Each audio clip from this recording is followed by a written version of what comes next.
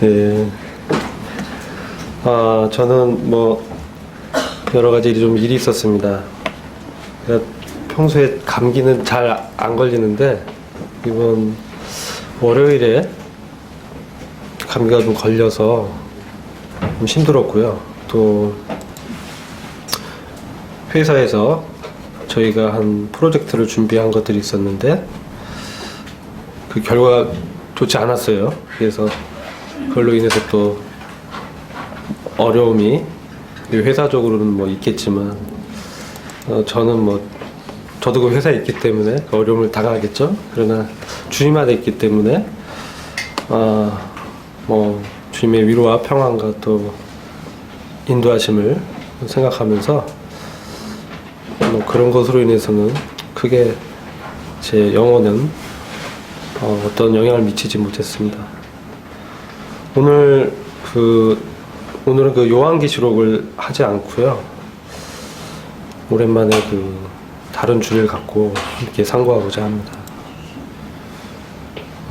오늘 이 시간 여러분과 함께 교제할 말씀의 주제는 연합과 주님의 이 영광이라는 주제입니다.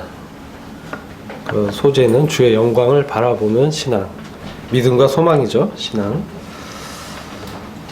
이 말씀은 사실 제가 2012년도에 분당 국부교회에서 한번 교제했던 말씀입니다.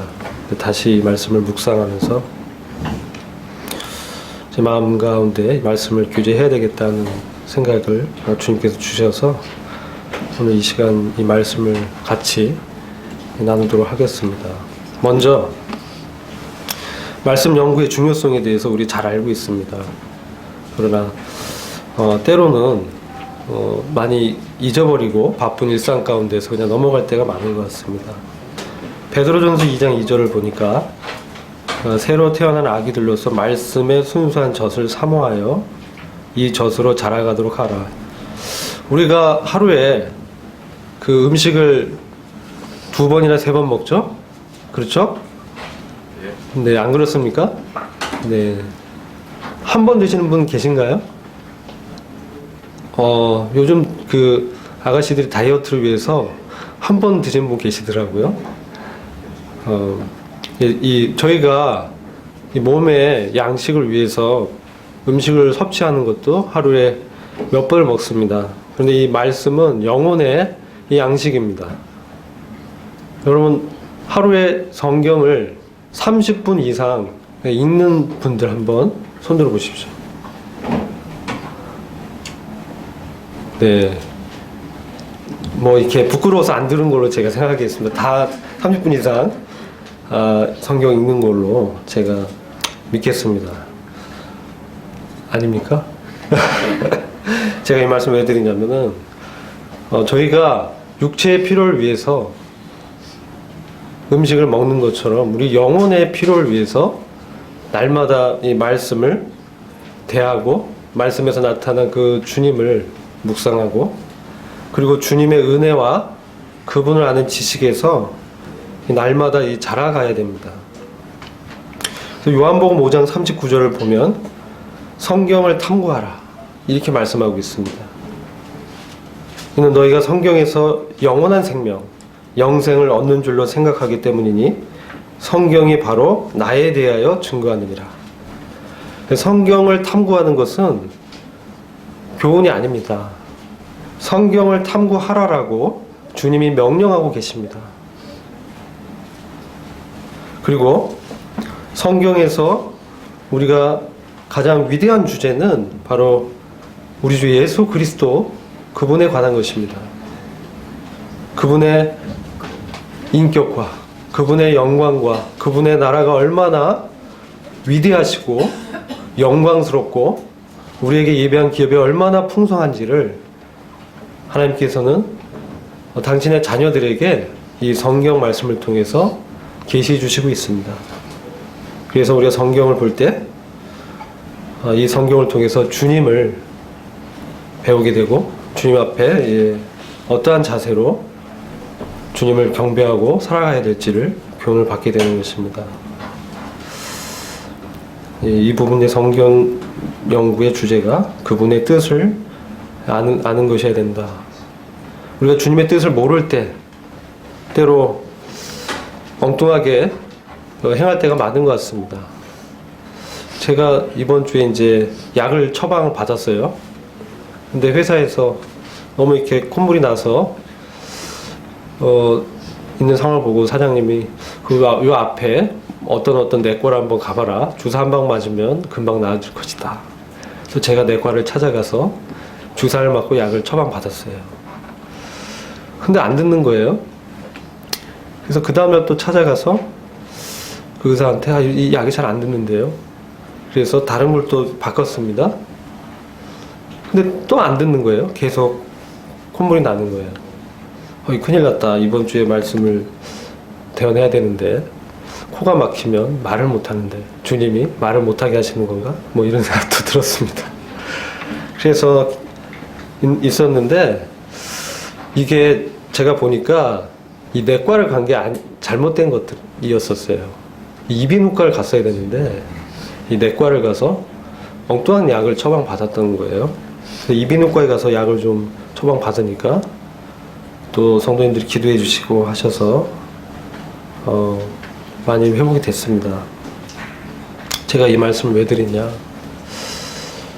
우리가 주님의 뜻을 잘 모르면 이와 같이 우리 영혼 육체의 이 질병도 정확한 처방이 없고 잘못된 처방을 받게 되면은 고생하고 힘이 드는 것입니다.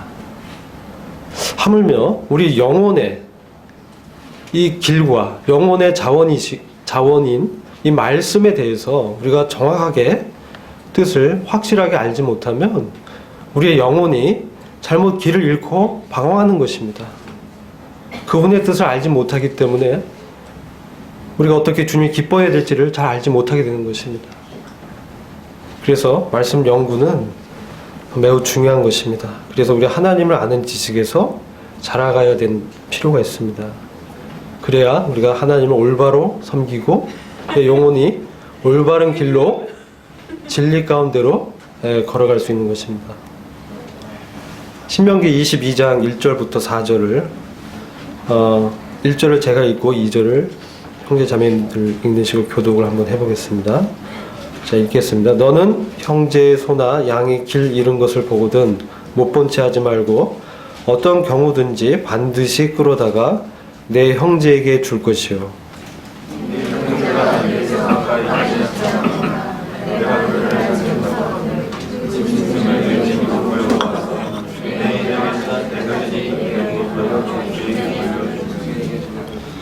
낙위라도 그리하고 의복이라도 그리하며 형제가 무엇을 잃어버렸든지 내가 발견하거든 다 그리하고 못 본 채 하지 말지니라.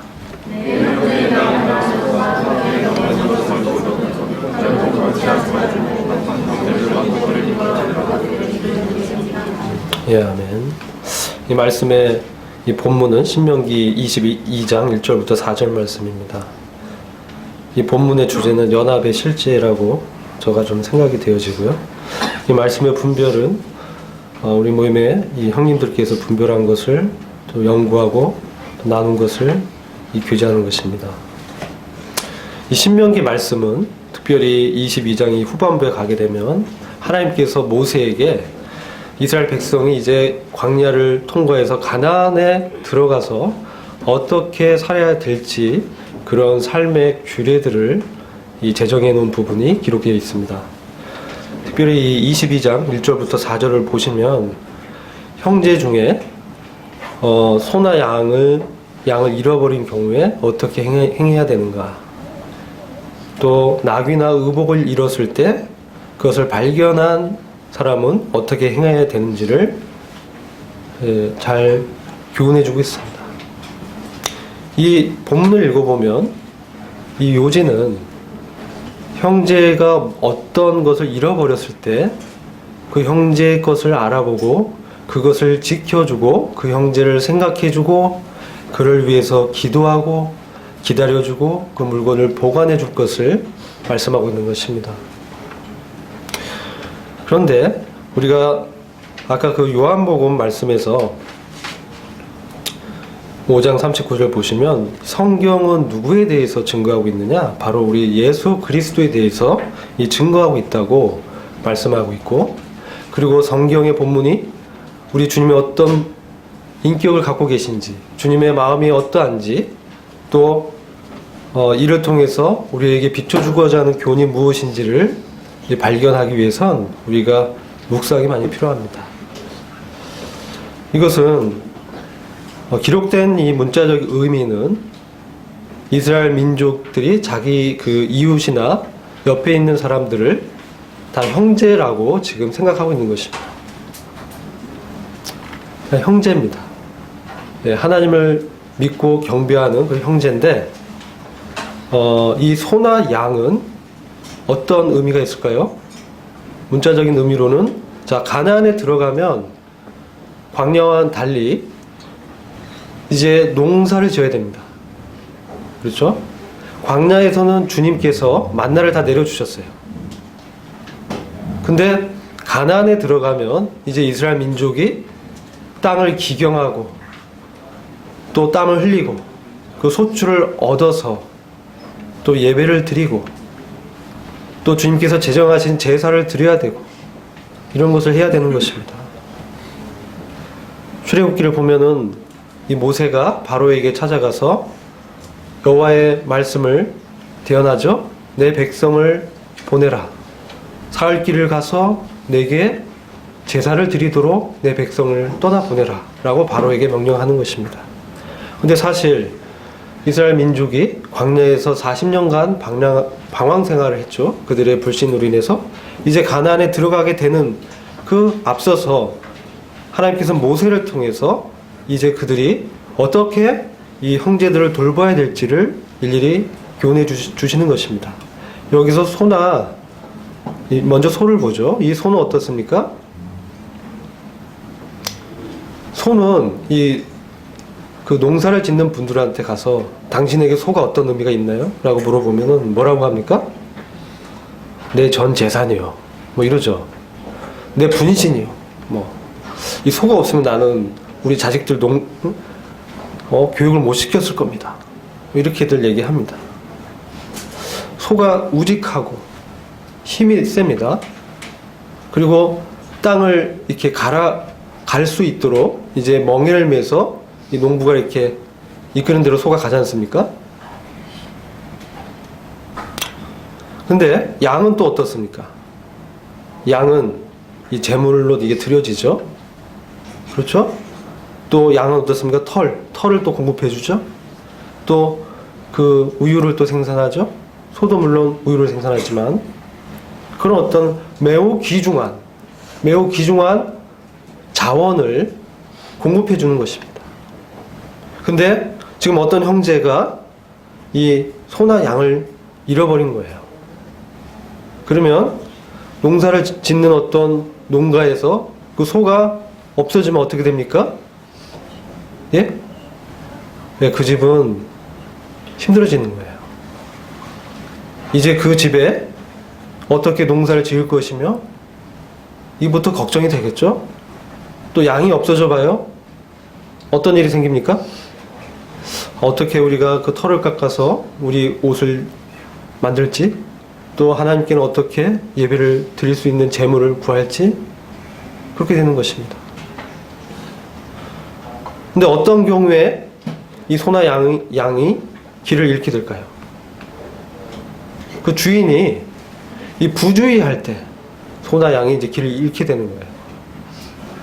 또 그것에 집중하지 못할 때 이제 소나 양이 길을 잃고 이제 가게 되는 거예요. 근데 중요한 것은 못 본 채 하지 말라라고 하고 있습니다. 못 본 채 하지 말라. 그러니까 우리가 이것을 왜 이스라엘 민족에게 이 당시 가나안에 들어가서 이러한 그 형제들, 이스라엘 민족에 속한 형제들 간의 관계를 자세하게 해줬을까? 이러한 이 교훈이 이 시대에 사는 신약교회 성도인 교회인 저에게는 어떤 영적인 의미가 있을까? 이런 부분을 한번 짚고 넘어가야 될 필요가 있습니다. 그래서 이것은 물질적으로도 그들에게 귀중한 이 자원을 잃어버린 것입니다. 그래서 이것이 없을 경우에 그 형제의 집은 어려움에 봉착하게 되고, 이제 그 형제는 그로 인해서 큰 시련을 겪게 될 것입니다. 근데 못 본 채 하는 경우가 발생할 수 있다는 거예요. 어떤 경우입니까? 그 형제가 소나 양의 길을 잃은 것을 판단할 경우에 그런 거예요. 판단할 경우에. 어떤 형제가 소나 양을 잃었어요. 저 소를 딱 봤으니까, 저것은 아무개 형제의 소다. 아무개 형제의 양이다. 근데 그냥 못 본 채 해버리는 거예요. 그 형제 잘못했어. 왜 저렇게 그 귀중한 소나 양을 잃어버렸을까? 그리고 그냥 지나가는 겁니다. 근데 지금 이 말씀은 어떤 경우든지 반드시 끌어다가 형제가 줄 것을 말씀하고 있어요. 우리가 성경에서 이 양의 경우에 어떤 것을 비유하고 있을까요? 우리가 영적인 의미를 한번 살펴보자는 것입니다. 양의 경우는 어떤 것입니까? 우리가 모든 성경은 누구에 대해서 증거하고 있다라고 아까 요한복음 5장 39절에서 말씀하고 있었죠? 그리스도에 대해서. 지금 이 형제는 어떤 형제입니까? 자, 교회를 생각해 보죠. 이 교회에 우리가 다 형제입니다. 그리스도 안에서 다 형제예요. 그런데 어떤 형제에게 털 깎는 자 앞에서 묵묵히 잠잠히 있었던 그 양의 모습을 한번 생각해 봅니다. 교회 안에서 어떤 형제가 양과 같이 온유하면서 겸손하게 그런 인격을 갖고 있던 어떤 형제가 있었습니다.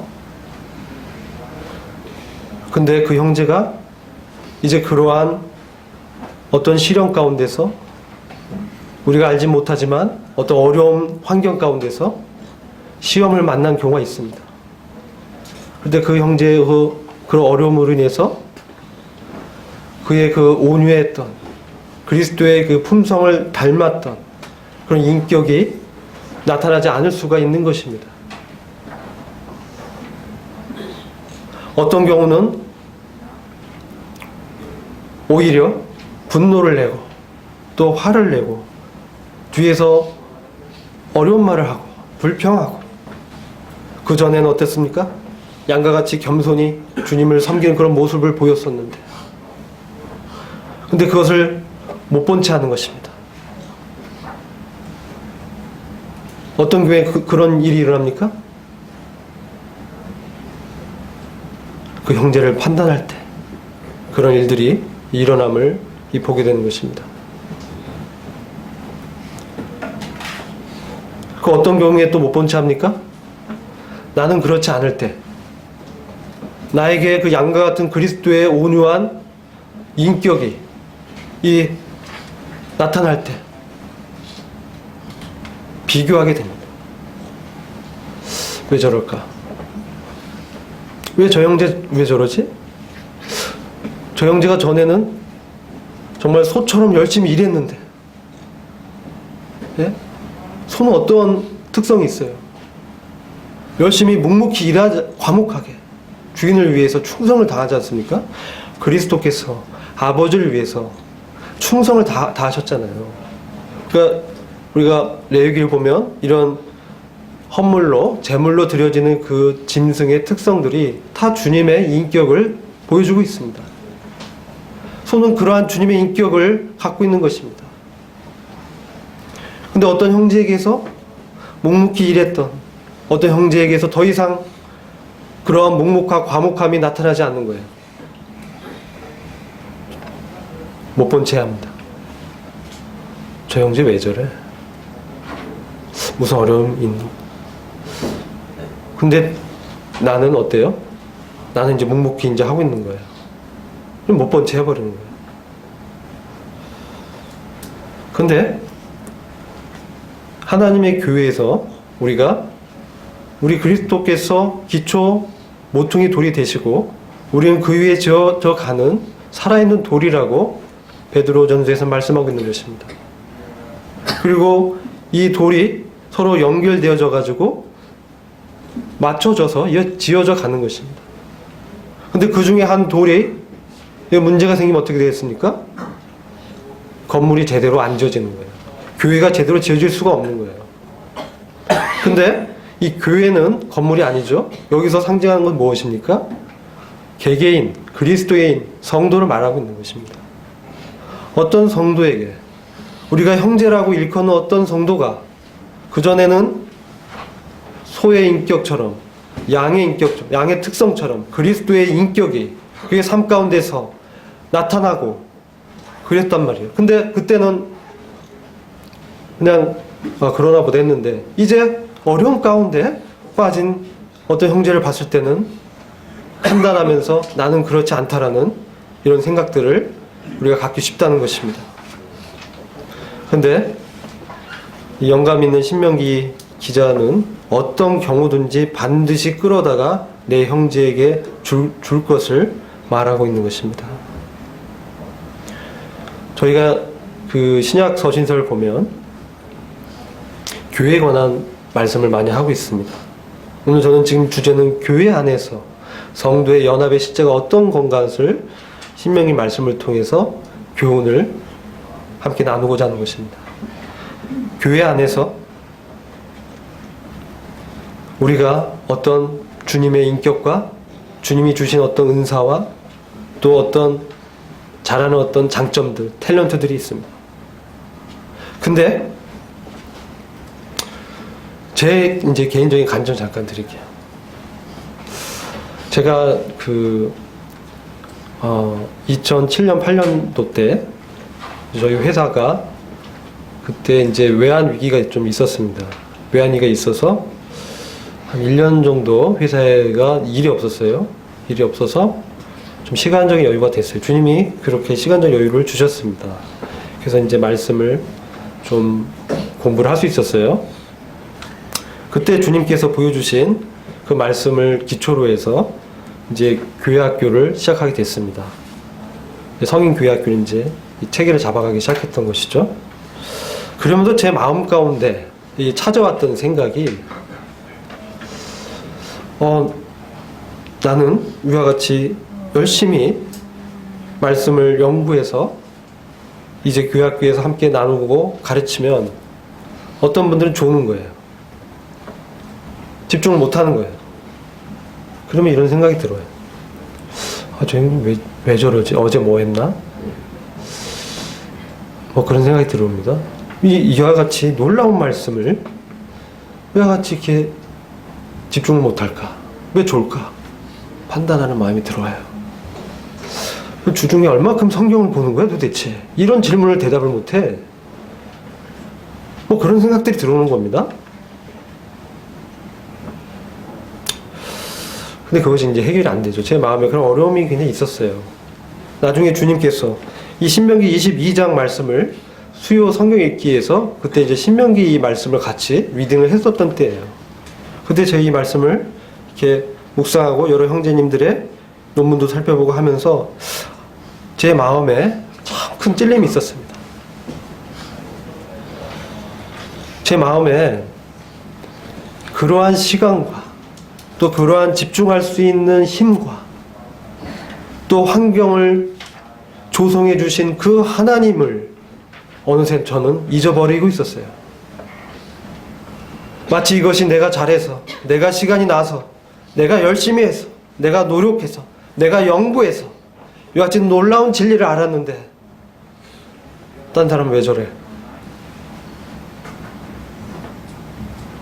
근데 이 말씀을 통해서 봤을 때 나에게 그러한 소같이 묵묵히 열심히 했던 그것이 그리스도의 인격이라는 것입니다. 박형제, 너의 것이 아니다. 그것은 너에게 속한 것이 아니다.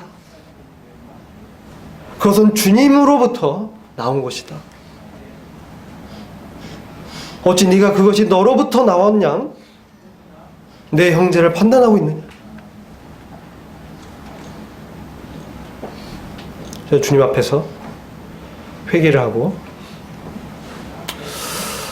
맞습니다, 주님. 제가 참으로 참 모자라고 무지한 자였습니다.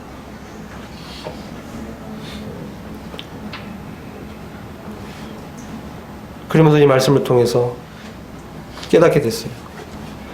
우리에게 나타나는 이 그리스도의 인격을 통해서, 주님이 주시는 그 힘을 통해서 우리가 겸손할 수 있고, 이제 묵묵히 과묵히 주님을 섬길 수 있는 것이구나.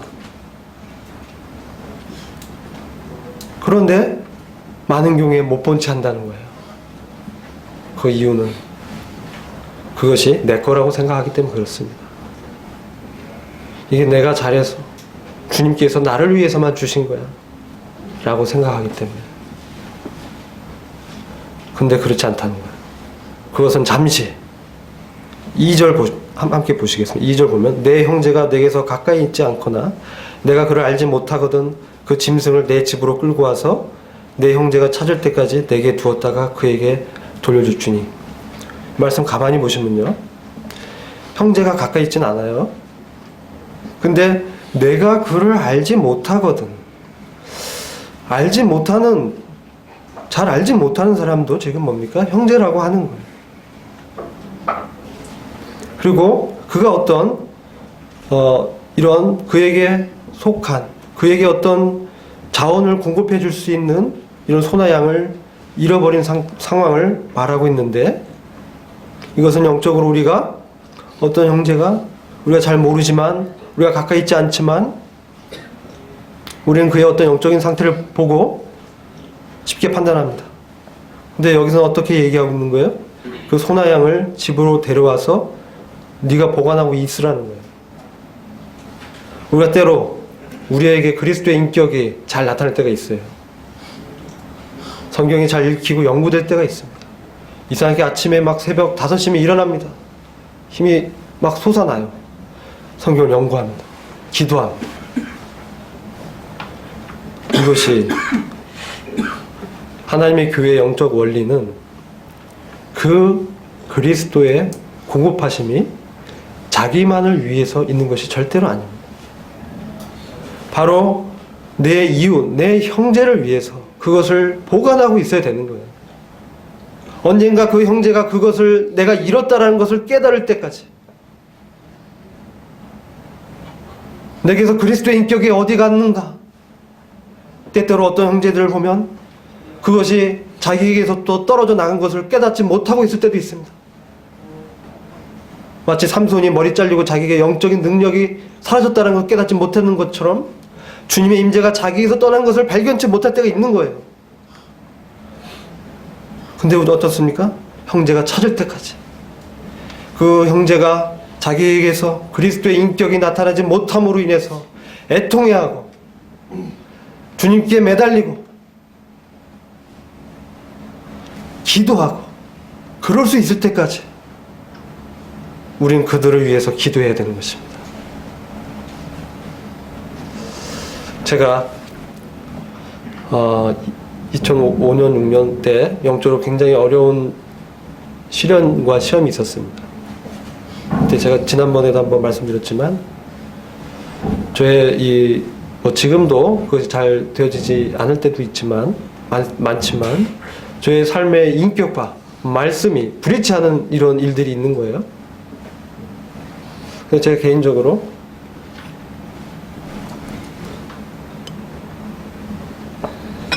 주님, 제가 신앙을 잘못 생각하고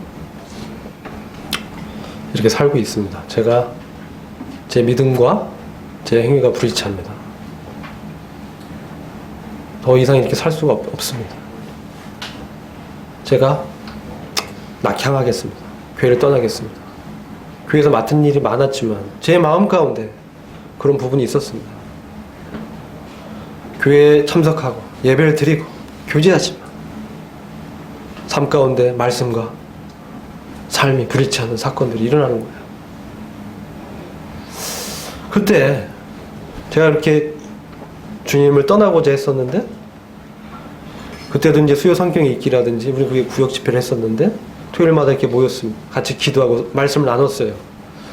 그런데 수요 이 성경 읽기 가운데서 우리 형님들의 그 교제를 통해서 그리스도의 인격이 어떠하냐, 또 그들이 겪고 있는 어려움과 기도 제목 통해서 나와 또 비슷한 어려움이 있구나, 같은 고난 가운데 있구나, 같은 어떤 고민이 있구나, 말씀이 이슬처럼 마음에 조금씩 들어왔습니다. 그리고 형제들이 이 기도해 줬습니다. 또 어떤 형제님들은 또 직장 이런 형제들도 있었습니다. 또 그분들을 위해서 또 기도합니다. 형제들이 이제 어려운 가운데 있었지만 또 주님의 인도하심 가운데 직장을 또 찾아가게 되고, 어느덧 저는 말씀을 증거하고 있는 것입니다. 이게 어떻게 가능할까요? 그것은 그 교회 안에 주님의 하나됨이 성도 개개인에게서 그리스도께서 나만을 위한 것이 아니라 다른 형제를 위해서 나에게 이러한 힘과 봉사할 수 있는 능력과 은사와 재물과 건강을 주셨구나. 이것이 내 것이 아닌데 주님이 주셨구나. 그리고 그 형제의 고통을 나의 고통을 여기고 위해서 기도하는 것입니다. 그 형제가 깨닫고 그것을 찾을 때까지, 힘을 회복할 때까지 우리 기다리는 것입니다. 그랬을 때 어느덧 주님께서 역사하셔서 그를 회복시켜서 주님을 섬기고 있는 것을 보게 되는 것입니다. 사도 바울의 그 서신서를 보면 항상 서신서가 긴 그 교회는 문제가 많았습니다. 여러분, 가장 긴 서신서가 간 지역이 고린도 지역이었어요. 고린도 전후서에서 30장 이상이죠. 전도 후설 합치면. 에베소, 빌립보, 골로새서는 뭐 4장, 5장, 6장 이 정도예요. 갈라디아서 6장입니다. 고린도 교회가 얼마나 어려움이 많았습니까? 근데 사도 바울이 고린도 교회 성도들에 대해서 그런 어려움이 있고 연약하고 육신적이고 파당이 나뉘고 못 본 채 하는 일들이 있는 거예요. 영적으로. 고린도 교회 가운데 그런 영적인 어려움이 있었습니다. 분당이 있었습니다. 나는 바울파야. 나는 아볼로에게 속했어. 나는 그리스도께 속했어. 뭐 이런 사람도 있었어요.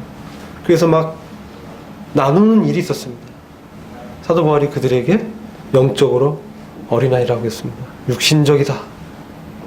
그러나 그들에 대해서 사도 바울이 그런 말을 했지만 그들에서 기도했습니다. 그들이 그리스도 예수의 날에 사도 바울과 함께 그분의 영광스러운 그 보좌에 함께 서서 상을 받기를 기도하는 사도 바울을 보게 되는 것입니다.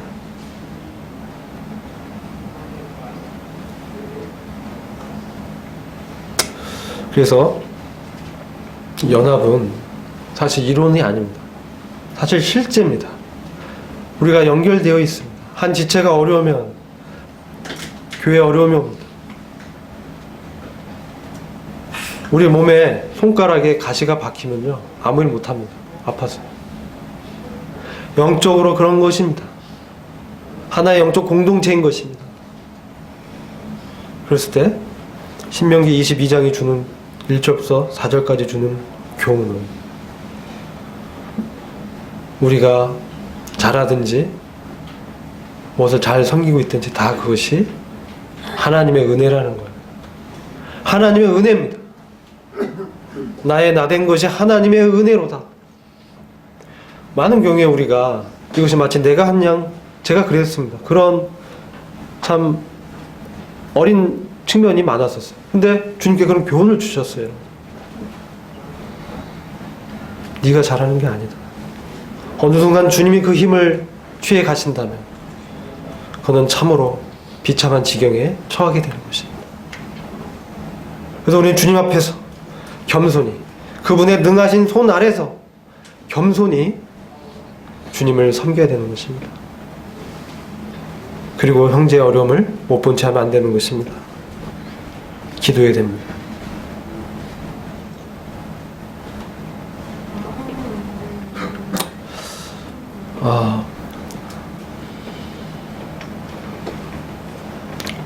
제가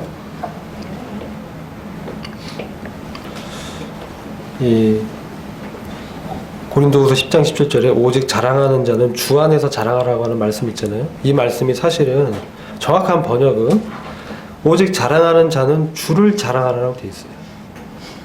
주 안에서 내가 한 것을 자랑하는 게 아니라 오직 자랑하는 자는 주를 자랑하는 것입니다. 이게 정확한 번역입니다. 주 안에서 내가 어떤 일을 행했다고 하는 것은 사실 우리가 자랑할 것은 기록된 곳이 있습니다. 성경에. 우리가 자랑해야 되는 것. 고린도후서 12장 9절에 사도 바울이 뭘 자랑합니까? 빨간 글씨로 제가 해놨죠. 나의 연약한 것들을 자랑한다고 했어요. 이런 것은 자랑하는 거예요. 왜 그렇죠? 주님이 나의 힘이시기 때문에 이거 자랑할 수 있는 것입니다. 근데 많은 경우에 반대로 생각하죠? 그렇지 않은 거예요. 성경은 이렇게 말씀하고 있습니다. 왜 자랑해야 됩니까? 우리가 나의 연약한 것들을 감추고 그것 때문에 어려워하고 그것으로 인해서 아파하고 그럴 수 있습니다. 근데 오래 머물면 안 돼. 그것을 주님께 내려놓고 주님께 의탁하고 주님을 구할 때 주님의 권능이 그에게 임하는 것입니다. 그랬을 때 사도 바울처럼 나의 나된 것이 하나님의 은혜다라고 얘기하는 겁니다. 나머지 짧은 시간 동안 주님의 영광에 대해서 잠깐 교제하겠습니다. 우리가 지금 주님을 닮아가는 여정 가운데 있습니다. 교회가 이제 주님을 닮아가는 이 원대한 하나님의 이 경륜 가운데 있는 것입니다.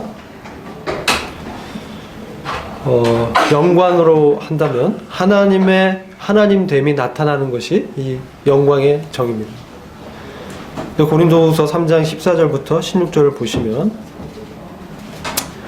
이제 이스라엘 민족이 옛 상속 언약 그 율법의 조문에 얽매여서 그들의 영적인 눈이 가려졌기 때문에 그리스도를 볼 수 없는 그러한 영적인 황폐함 가운데 처해져 있다라는 것을 말씀하고 있습니다. 그래서 15절 보면 이날까지도 모세의 글을 읽을 때에 그 베일이 그들의 마음을 덮고 있도다.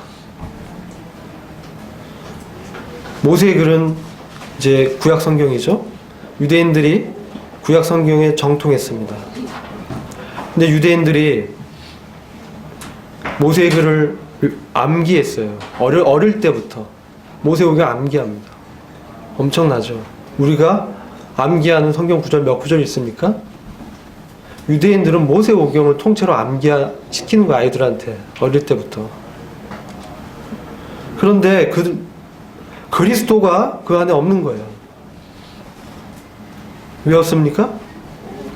성경을 요한복음을 찬찬히 읽어보면 그들이 열심히 있어요. 로마서 10장 2절 보시면 내가 증거하노니 그들이 하나님께 대한 열심은 있으나 지식에 따른 것이 아니에요. 그들이 하나님의 의를 알지 못하고 자기 의를 세우려고 애쓰면서 자기 의를, 자기 생각을, 자기 계획과 자기 뜻을 하나님의 의는 알지 못하고 자기 뜻을 이제 세우려고 합니다. 애씁니다. 근데 뭘 못하고 있어요? 자기를 낮추는 일을 못하는 거예요. 자기를 낮추어 하나님의 의에 복종하지 아니한 것입니다. 하나님의 의는 그리스도. 그들이 율법을 지켜서 의롭게 되고자 했습니다. 하나님께 거룩해지려고 나가기 위해서 율법을 지키고 했지만 그들의 마음 가운데는 딱딱함이 있었어요. 하나님에 대한 지식이 없어요. 아이러니하죠? 그들이 이렇게 넘어졌습니다. 그들이 영적으로 황폐함에 들어가서 급기야는 어떻게 됩니까? 그리스도를 죽입니다. 자기들이 생각하고 기대했던 메시아가 아니었기 때문에 주님께서 나귀를 타고 예루살렘에 들어오실 때 오 호산나 다윗의 후손이여 하고 그들이 주님을 영접했지만 바라바를 풀어달라고 하면서 십자가에 못 박으라고 또 외쳤던 자들도 그들이었습니다. 저는 이 고린도후서 3장 18절을 보면 우리가 주님을 닮아가는 데 있어서 영적인 이러한 성화의 과정에서 주님의 영광을 바라보는 것이 얼마나 중요한가를 말씀드리고 싶습니다. 고린도 교회에 이렇게 어려움이 있었지만 사도 바울이 우리는 다 가리지 않는 얼굴로 거울을 보는 것 같이 주의 영광을 바라보며 같은 형상으로 변화되어 영광에서 영광으로 이른다니 이것은 주의 영으로 말미암은 것이니라. 주의 영광을 바라보라. 저는 주님의 영광을 바라보라고 하는 말씀을 묵상하면서 성경 안에 참 이와 같은 모델을 가장 잘 보여주고 있는 한 인물을 기억하게 됩니다. 그것은 스데반이었습니다. 스데반이 사도행전 7장 55절에서 지금 성령으로 충만해서 하늘 우러러 주목하여 하나님의 영광과 예수님께서 하나님의 오른편에 서신 것을 보고 이르되 보라 하늘들이 열리고 사람의 아들이 하나님의 오른편에 서 계신 것을 내가 보노라 하며 그가 하나님의 영광을 봤습니다. 주님의 영광을 목도했습니다. 지금 어떤 상황에 스데반이 처해 있는 것입니까? 스데반이 예루살렘 교회의 7 일꾼 중에 한 명이었습니다. 사도들이 공개하는 일을 그에게 맡겼습니다. 그리고 그 이후에 장로제도와 집사제도가 생겼기 때문에 전 스데반이 집사라고 분별을 하지 않습니다. 거긴 전도의 은사가 있었습니다. 복음을 증거했습니다. 유대인들에게 나갔습니다. 그래서 지금 빌립도 전도자였지만 스데반도 복음을 증거했습니다. 그들의 동족 유대인 그들에게 그들이 조상 때부터 어떻게 그들이 하나님의 인도함에 있는 것인지를 사도행전 7장을 자세히 보시면 아브라함부터 시작해서 야곱, 요셉, 모세 이와 같이 이스라엘의 역사를 그들에게 얘기하면서 이와 같이 하나님께서 너희들을 권면하고 선지자들을 보냈는데 너희들이 그 선지자들을 핍박하고 죽였도다. 지금 그리스도의 부활을 그들에게 증거하고 있는 것이 주님에 대해서. 근데 그들이 유대인들이 믿지 못한 것이 있었어요. 유대인들이 예수님 말씀을 듣고 기적을 보고 했을 때 유대인들이 예수님을 따랐습니다.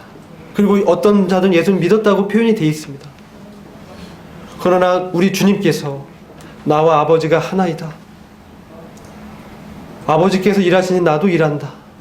내가 바로 그다. 내가 처음부터 말했던 바로 그다. 내가 아브라함이 있기 전부터 그 전부터 내가 있어 왔다. 이런 얘기를 했을 때 유대인들이 믿지 않았습니다. 유대인들은 성경을 너무나 잘 알았지만 우리 주님을 하나님의 아들 메시아로 그분이 정말 하나님이라는 사실을 믿지 않은 것입니다. 그래서 영광의 주를 십자가에 못 박았던 것입니다. 지금 스데반이 그러한 증거를 할 때 사람들이 그를 붙잡아다 사내들인 공회원에 세웠습니다. 사내들인 공회원은 어떤 장소입니까? 지금의 국회의사당 같은 장소예요. 청문회 같은 걸 연 겁니다. 그래서 국회의원들이 어떤 문제 있는 사람을 불러놓고 막 신문하지 않습니까? 청문하지 않습니까? 당신 이런 거 잘못하지 않았어?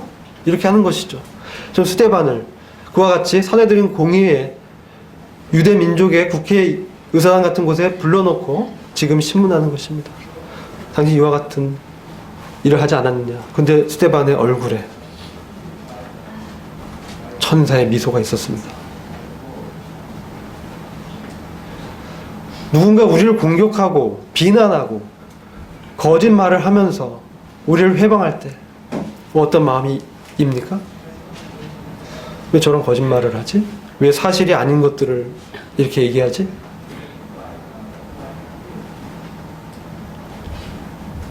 마음에 이렇게 분노가 일어납니다. 근데 스데반 그러지 않았어요.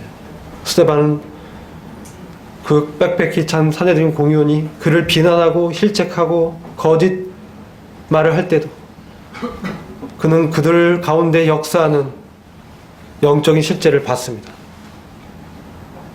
그들 뒤에서 역사하고 있는 그 사단의 실제를 본 것입니다.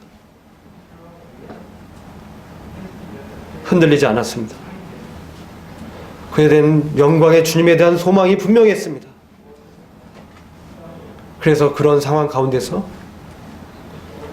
천사와 같은 미소를 지을 수 있었던 것입니다. 천사의 미소가 어떤 미소입니까?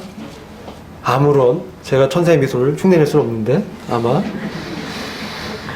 어떤 미소를 졌는지 모르지만 어떤 미소를 졌어요. 사람들이 그 얼굴을 보면서 천사를 보는 것 같다는 생각을 가졌습니다. 그들이 비난했던 그 스데반의 마음 가운데 자기의 민족에 대한 뜨거운 마음이 있었습니다. 그들의 죄를 정죄했지만 그들이 회개하고 돌아와서 그리스도를 믿기를 원했던 것입니다. 그들의 영적인 어두움을 알았습니다. 그 사단의 영에 가려져 있는 그들의 실상을 보았습니다. 그렇기 때문에 영광의 주님을 그가 믿고 있었기 때문에 흔들리지 않았어요. 그의 마음 가운데 깊은 평강이 그를 사로잡았습니다. 담대하게 증거했습니다. 왜 유대인들이 스데반을 돌로 쳐 죽였는지 아십니까? 바로 이 말 때문에. 스데반이 성령으로 충만해서 하늘을 주목해서 하나님의 영광과 예수께서 하나님의 오른편에 서 계신 것을 보고 이르되 보라 외칩니다. 하늘들이 열리고 사람의 아들이 하나님의 오른편에 서 계신 것을 내가 보노라. 사람의 아들이 하나님의 그 영광의 보좌 우편에 서 계신 것을 내가 본다. 사람의 아들이 누굽니까? 요한복음을 보면, 복음서를 보면 주님이 자신을 사람의 아들이라고, 인자라고 얘기하는 것입니다.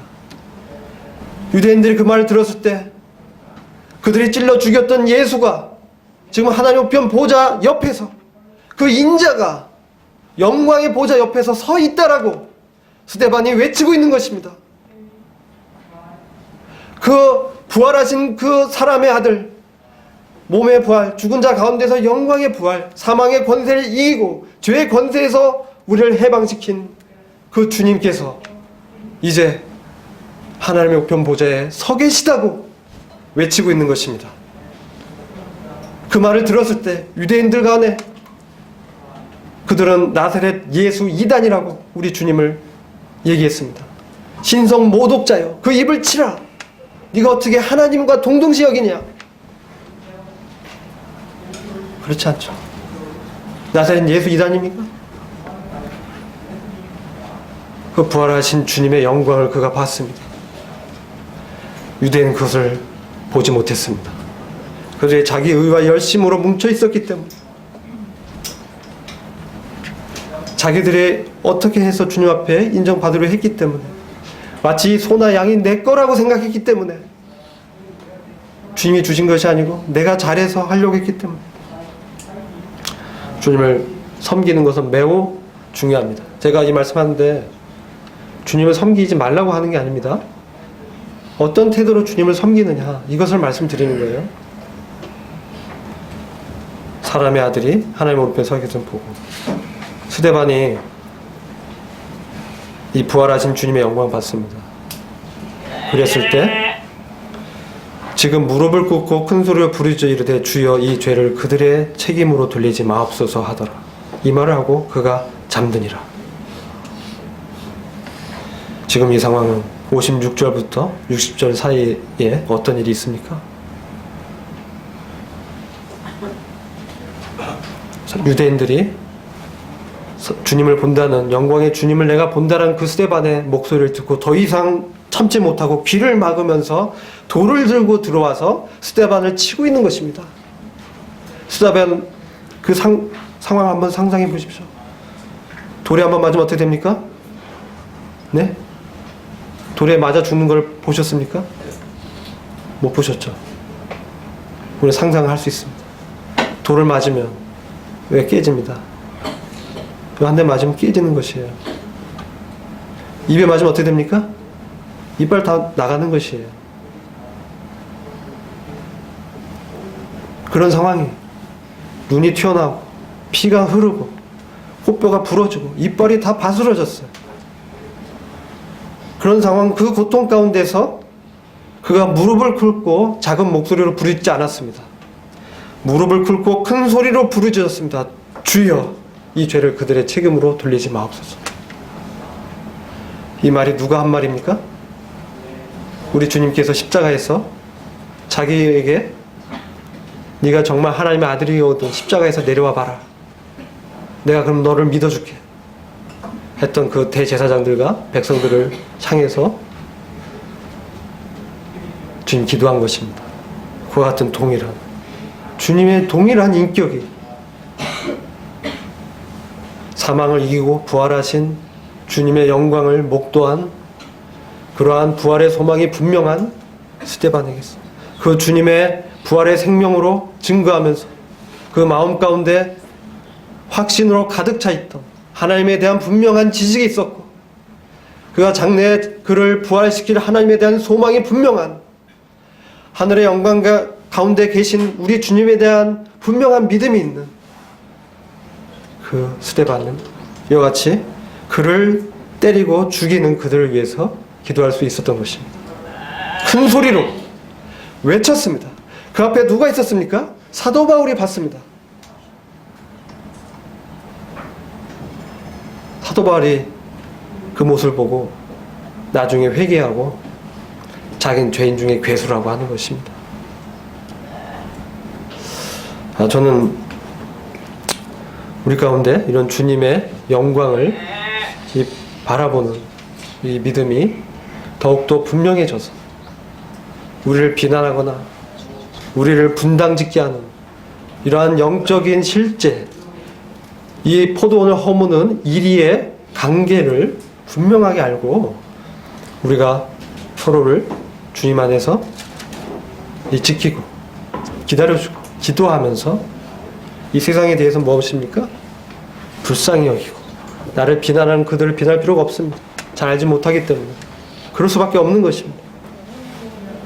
그래서 이런 부활의 영광 가운데서 우리가 주님을 함께 섬겨나가고 주님께 영광 돌리는 그러한 저희들이 되기 원합니다. 기도하고 마치도록 하겠습니다.